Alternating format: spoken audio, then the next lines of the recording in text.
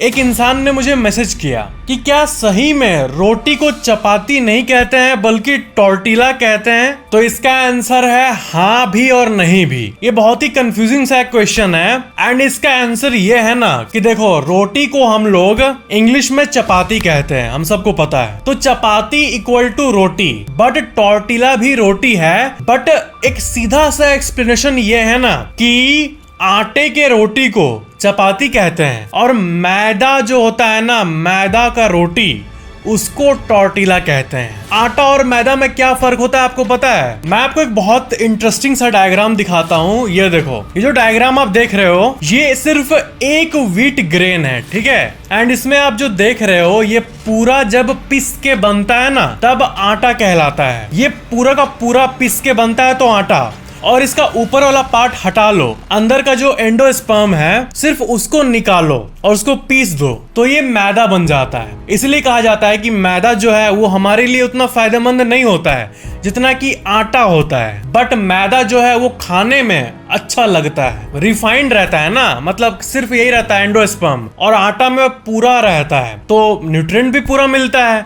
But वो खाने में आटा आटा होता है, बट मैदा टेस्टी होता है, ज्यादा टेस्टी। तो यही डिफरेंस है। असल में टॉर्टिला और चपाती दोनों देखने में एक जैसे लगते हैं, बट मैदे वाले रोटी को टॉर्टिला कहते हैं। इसलिए जैसा कि उस लड़के ने मुझे मैसेज किया था कि 20 साल तक मैंने इंग्लिश पढ़ा और आज मुझे पता चल रहा है कि टॉर्टिला कहते हैं। रियली टॉर्टिला जो है वो मैक्सिको में बहुत बनता है, मैक्सिकन फूड है, जिस तरह इंडिया में चपाती है। मैं बचपन से यही सोचता था कि मैदा और आटा में क्या फर्क है। जब मैंने रिसर्च किया तो इस डायग्राम ने मेरे सारे कंफ्यूजन को दूर कर दिया। फैक्ट नंबर 6, आपको मैंने एंशिएंट इजिप्शियन लोग के बारे में बहुत गजब बातों को बताया है। जैसे कि वो लोग पिरामिड्स बनाए, वहां पे इजिप्ट में जब कोई बिल्ली मरती थी तो वहां के जो आसपास के लोग हैं वो अपना आईब्रो शेव कर देते थे, हटा देते थे, क्योंकि वो बिल्लियों को शुभ मानते थे। ऐसी मिस्टीरियस बातें के बारे में आपको पता है। वैसी और एक मिस्टीरियस बात है ना कि वहां पे जब किसी हायर क्लास, उस टाइम क्लास होता था लोगों का हायर क्लास, तो जब कोई बड़ा इंसान मरता था ना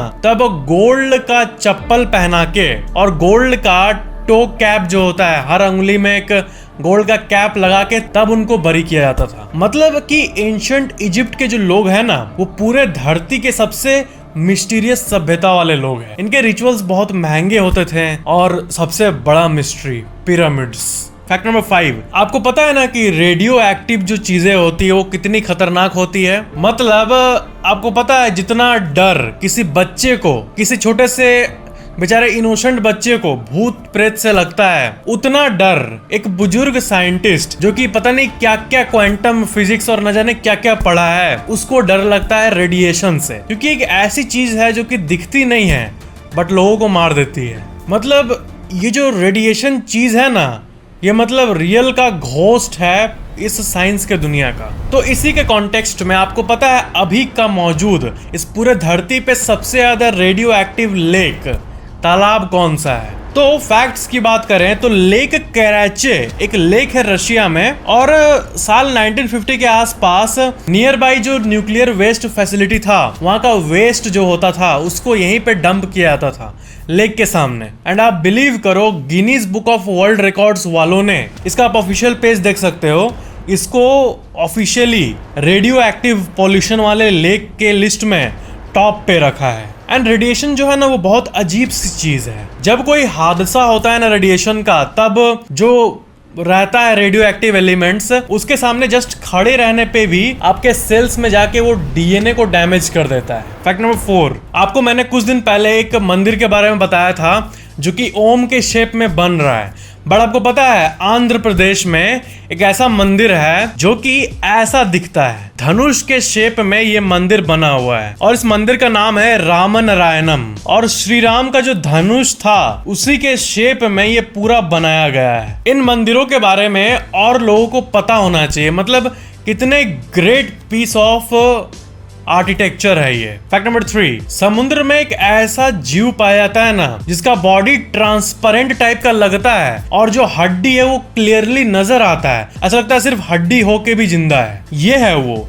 इनको कहते हैं skeletal panda sea squirts and ये दुनिया के सबसे यूनिक क्रिएचर्स में से एक है। फैक्ट नंबर 2, आपको पता है हर तरह के जीव के अलग अलग कलर्स, वैरायटी ऑफ कलर्स मिल जाते हैं, बट पेंगुइन जो होता है ना वो यही कलर का होता है और कोई कलर का आज तक नहीं पाया गया है। और अचानक से कई आर्टिकल्स इंटरनेट पे आने लगे, कुछ ऐसे आर्टिकल्स जिसमें बताया गया है कि एक येलो और व्हाइट पेंगुइन इस पूरे धरती के इतिहास में पहली बार देखा गया। अब लोग को लगा कि मतलब येलो और व्हाइट पेंगुइन का कलर है तो इसमें क्या बड़ी बात है, बट ये पूरे इतिहास में पहली बार स्पॉट किया गया है। ये है वो पेंगुइन। ऐसा कलर का पेंगुइन आज तक किसी ने नहीं देखा, ना किसी डॉक्यूमेंट्री क्रू ने, ना कोई इंसान ने। फैक्ट नंबर 1, आपने ये सुना है कि जो सांप जो होते हैं वो अपने स्किन को रिफ्रेश करते हैं, स्किन का लेयर निकाल के उनके बॉडी में नया लेयर आता है। तो असल में क्या है कि हाँ एक्चुअली में वो ऐसा करते हैं। एंड वही नहीं, आपका भी स्किन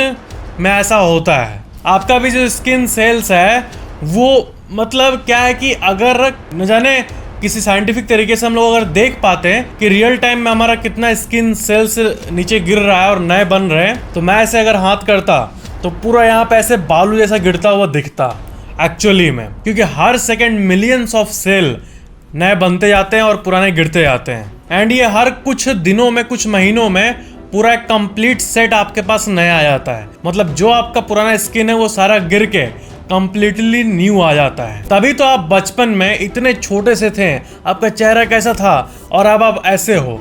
तो इतना ट्रांसफॉर्मेशन हुआ फिर भी आप हो।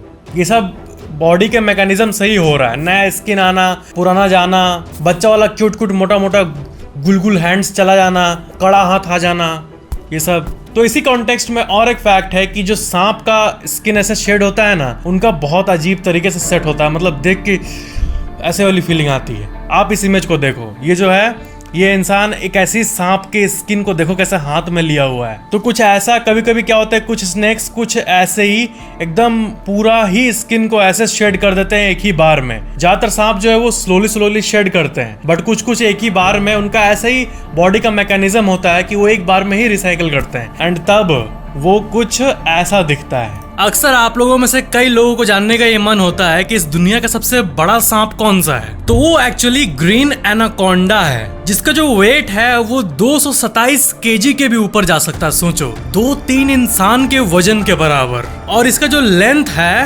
वो 8 मीटर तक जा सकता है। 8 मीटर मतलब इमेजिन करो कि आप अपने घर के रूम में बैठे हो और आपके दीवार के इस कोने से उस कोने तक जितना लेंथ है उससे भी बड़ा सांप कोई आ जाए। ऐसा होता है वर्ल्ड का सबसे लंबा, बड़ा और भारी सांप ग्रीन एनाकोंडा, जो कि रैंक नंबर 1 पे है। इस वीडियो को लाइक जरूर करना और ऐसे ही और वीडियोस के लिए इस चैनल को सब्सक्राइब करके घंटा जरूर दबा देना अगर आपने अभी तक नहीं किया है तो, और वीडियो को शेयर भी जरूर कर देना। Thank you for watching.